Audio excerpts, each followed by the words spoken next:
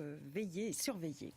C'est une relation singulière qui existe entre grands-parents et petits-enfants. Isabelle Delmas, est-ce que le rôle des grands-parents est-il plus important aujourd'hui dans la mesure où les familles sont souvent déstructurées, recomposées ? Il a toujours été important le rôle des grands-parents parce que les grands-parents sont porteurs de l'expérience, de leur histoire.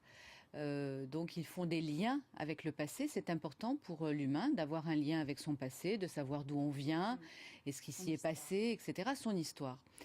Alors aujourd'hui, il n'est pas plus important, mais il est clair que quand les familles sont dispatchées un peu partout dans le monde aujourd'hui, parce que les gens s'en vont, etc., eh bien, il faut soit trouver des sortes de grands-parents de substitution, soit effectivement bien parler des grands-parents, parce que là, du coup, on va priver les petits-enfants de cet apport du passé et puis de ce regard bienveillant, dénué de l'obligation de faire l'éducation que les grands-parents apportent. Ça veut dire que les grands-parents peuvent être plus permissifs, ils n'ont pas un rôle éducatif, sûr, alors oui. Ils autorisent regarder la télé, manger les bonbons. Alors, pas forcément, parce qu'il ne faut pas oublier que les grands-parents, sauf si ce sont des grands-parents qui gardent les enfants comme une nounou, où là, effectivement, ils vont avoir leurs règles en accord avec leurs enfants et ils vont effectivement avoir un rôle éducatif.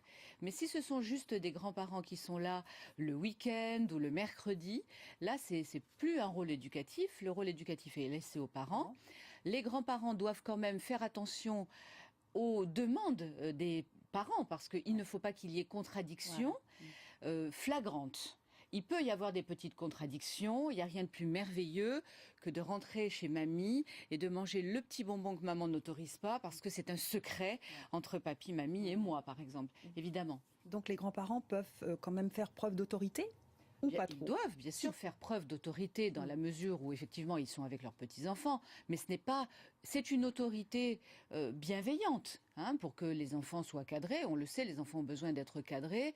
Et s'ils vont chez les grands-parents et qu'ils font n'importe quoi, ça ne va pas leur rendre service. Bien sûr qu'ils sauront faire le distinguo entre je fais n'importe quoi chez papy et mamie et pas du tout chez papa et maman. Mais c'est un déséquilibre qui n'est pas intéressant pour l'enfant parce que ça lui permet de se dire bon, si je fais un peu comme ça, j'arrive à mes fins. Là, je me tiens à carreau. Je trouve que c'est pas très équilibré. Donc, il faut quand même qu'il y ait une certaine cohérence avec des petites exceptions. Alors, il y a souvent des conflits entre belle-mère et belle-fille sur justement l'autorisation. Alors, ces conflits... Oui, sur l'éducation des petits-enfants. Ces conflits entre belle-mère et belle-fille, alors je crois qu'il y a une grande part aussi de croyances qui ne sont pas systématiques. Il y a beaucoup de belle-mères et de belle-filles qui s'entendent très très bien. Bien entendu, la différence c'est que ils ne viennent pas de la même famille. Donc, si on part du postulat que la maman va avoir un peu plus de demandes que le papa, encore qu'aujourd'hui c'est vraiment équilibré, eh bien, effectivement, cette maman, elle n'a pas été éduquée par sa belle-maman. Donc, il va y avoir des différences d'éducation, pas forcément de mauvaises différences, mais des différences d'éducation qu'il n'y aurait pas si c'était la fille qui laisse ses enfants à garder à sa mère. Ça peut être d'autres problèmes, ça, bien entendu. Mais là, effectivement, je crois qu'il faut bien s'entendre et être un peu cool, ne pas forcément être trop dans la rigueur et essayer de comprendre chacun des deux côtés. Évidemment. Voilà. Petits-enfants, une source de bonheur globalement quand même. Pour Bien sûr, je pense que l'amour que les grands-parents ont pour leurs petits-enfants est un amour qui est différent, mais tout aussi puissant. Bien entendu, c'est merveilleux. Les enfants, on les aime évidemment très très fort, mais je crois que quand on est en face de ces petits-enfants, il y a tout un tas de notions, donc comme on l'a dit tout à l'heure, où on n'est plus de relais, on n'a plus de relais éducatif, mais où on est aussi plus vieux.